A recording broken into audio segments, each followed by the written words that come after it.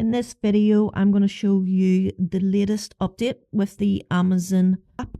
So if I go to my Amazon app here and show you which version I'm on, so I go to app details and what's new, I'm going to scroll down to the bottom to show you that I'm on version 30.5.0.100.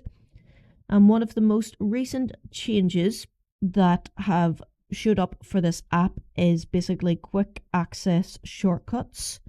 So what I mean by this is if I locate the Amazon app and long press on the Amazon app icon, a menu will appear and you will see things like view your orders, daily deals or today's deals, your shopping cart, and a search button, which will jump straight into searching for products. And we can just tap on this and it will automatically bring us in to what we need to go into.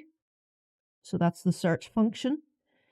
And then if I show you again, long press and go to today's deals, that's going to show me all of today's deals. And I'll show you a few more shortcuts, few orders, and I can view my recent orders. And then what was the other one? Long press and go to cart just to see if there's anything in my cart.